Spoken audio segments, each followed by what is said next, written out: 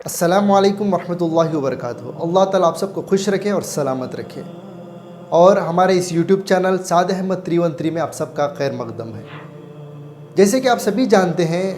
دنیا بھر میں ایک ایسی بیماری ہے جو کوئی بھی اس کا نام سنتا ہے وہ دہشت میں آ جاتا ہے، یعنی کرونا وائرس۔ ایک وقت تھا ہم کہتے تھے اور سنتے تھے کہ یہ بیماری چائنا سے نکل کر بہت سارے ممالک پہنچ چکی ہے اور لوگ اس سے مر رہے ہیں اور یہ مرض بڑھتا جا رہا ہے۔ لیکن آج میں اور آپ سنتے ہیں، یہاں تک کہ اپنی آنکھوں سے دیکھتے ہیں کہ یہ مرض ہماری گلیوں میں، ہماری محلوں میں، یہاں تک کہ ہمارے گھروں کے قریب تک پہنچ چکا ہے۔ اس لیے ڈاکٹرز، علماء اکرام، بڑے بڑے ایکسپرٹ کا کہنا ہے کہ یہ بیماری نہ کسی مذہب کو دیکھ کر آتی ہے، نہ کسی انسان کو، نہ کسی شخصیت کو دیکھ کر آتی ہے۔ جو بے احتیاطی کرے گا یہ بیماری اس پر حاوی ہو جائے گی، اور وہ اس کا علاج نہیں کرے گا تو وہ مرنے کے چانسز بھی ہیں۔ لیکن اس دوران بہت سارے لوگ ہیں جن کا کہنا ہے کہ یہ بیماری نہیں ہے، یہ وبا نہیں ہے، اس گمان میں ہے کہ انہیں کچھ نہیں ہوگا۔ ان کے لیے ایک اہم پیغام یہ ہے کہ یہ بیماری حقیقت میں ہے، اور اس کو ڈاکٹرز نے کہا ہے، بڑے بڑے ایکسپرٹس نے کہا ہے۔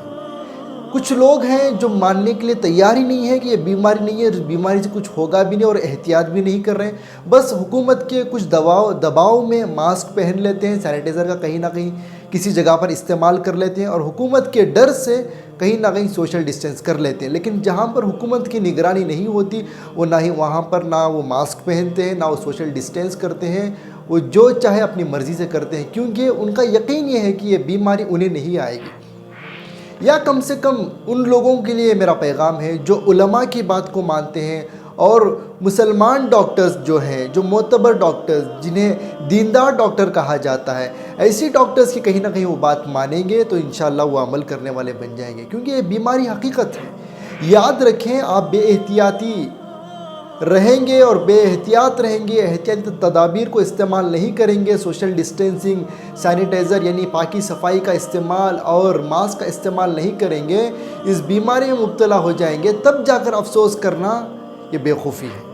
اس لیے کہ بیماری سے بچنا اور احتیاطی تدابیر کا اختیار کرنا لازم ہے ہمارے اوپر۔ علماؤں کی بات، علماؤں کی تڑپ، ان کی فکریں، جہاں پر جمعیت علماء کام کر رہی ہے اور بہت سارے سیاسی میدان کے لیڈران کام کر رہے ہیں، اور جمعیت علماء کرناٹکا کے لیڈران اس کام میں مستقل لگے ہوئے ہیں، اور ہمارے بنگلور شہر کے اندر BZ ضمیر احمد خان کے PA ایوب صاحب کی ٹیم بھی اس کام میں لگی ہوئی ہے، جو لوگوں کو تدفین کرنا، جو لوگوں کو غسل کے بجائے تیمم کروانا، یہ سب کہیں نہ کہیں انہی کی میتیں آ رہی ہیں جو کورونا کی وجہ سے جن کا انتقال ہو رہا ہے۔ کہ یہ سب لوگ جھوٹ بول رہے ہیں؟ جو ڈیٹا بتایا جا رہا ہے کہ اتنے لوگوں کا آج انتقال ہوا، اتنے لوگوں کا آج انتقال ہوا،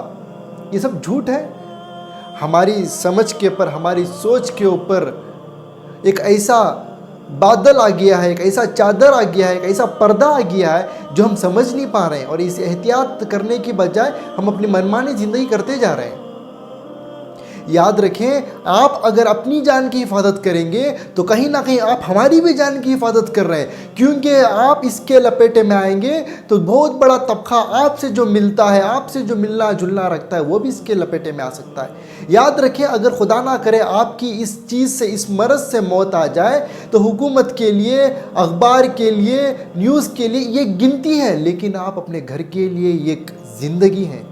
یہ بات آپ یاد رکھیں۔ جو کوئی بھی میری اس بات کو سن رہے ہیں، آپ احتیاط نہیں کریں گے اور ہاسپٹل میں جا کر خدا نہ کرے احتیاط کے بعد بھی اگر بیماری مرض آ گیا، آپ ڈر کر اپنے گھروں میں بیٹھ جائیں گے اور علاج نہیں کرائیں گے۔ جب مرض بڑھ جائے گا، آپ ہاسپٹل میں جائیں گے، زیر علاج کے لیے وینٹیلیٹر پر لگایا جائے گا آپ کو، لیکن تب تک آپ کا وقت ختم ہو گیا ہوگا اور آپ کو اس کا شکار بن کر، یعنی موت آپ کے نزدیک، آپ کے قریب آ کر کھڑی ہو جائے گی۔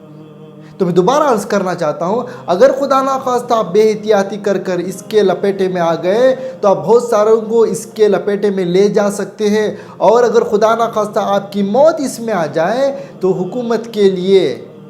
اخبار کے لیے، نیوز کے لیے یہ گنتی ہے، گنتی میں شمار ہو جائیں گے کہ فلانی شخص کا بھی نام نہیں لیا جائے گا، بس کسی کا ایک انتقال ہو گیا، گنتی میں آ جائیں گے۔ لیکن آپ اپنی زندگی، یعنی آپ کے ماتحت، آپ کے رشتہ دار، آپ کے چاہنے والوں کی زندگی ہیں، آپ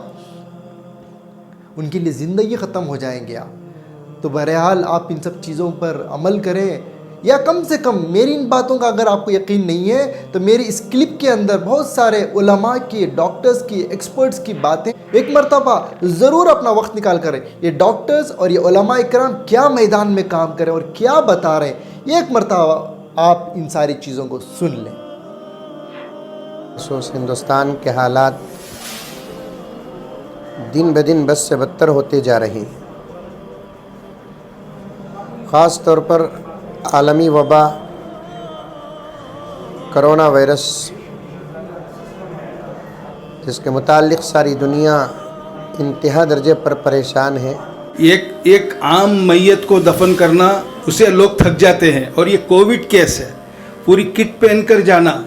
اور ان کو دفن کرنا ایٹ اے ٹائم جو ہے ایک مرتبہ قبرستان میں 3 میتیں آ جاتی ہیں. 1 گھنٹے کے 12 بجے ایک میت آ رہی ہے، پھر 2 بجے، پھر ان کو ویٹ کر کر پھر دوسری میت کی تدفین کرتے، پھر رات کو پھر. وہ نوجوان بھی شامل تھے جو نوجوان آئی سی یو میں اس کووڈ مرے ہوئے شخص کو تیمم کرانے کی خدمت کرتے ہیں، وہ اشخاص بھی وہاں موجود تھے. حد سے 3 مہینے پہلے ہم لوگ اس بات کو سن رہے تھے کہ کورونا وائرس پینڈیمک دوسرے ملکوں میں تیزی کے ساتھ پھیل رہا ہے. ہمارے ملک میں اتنے کیسز بھی نہیں تھے، اور خصوصاً ہمارے صوبے اور شہر کے اندر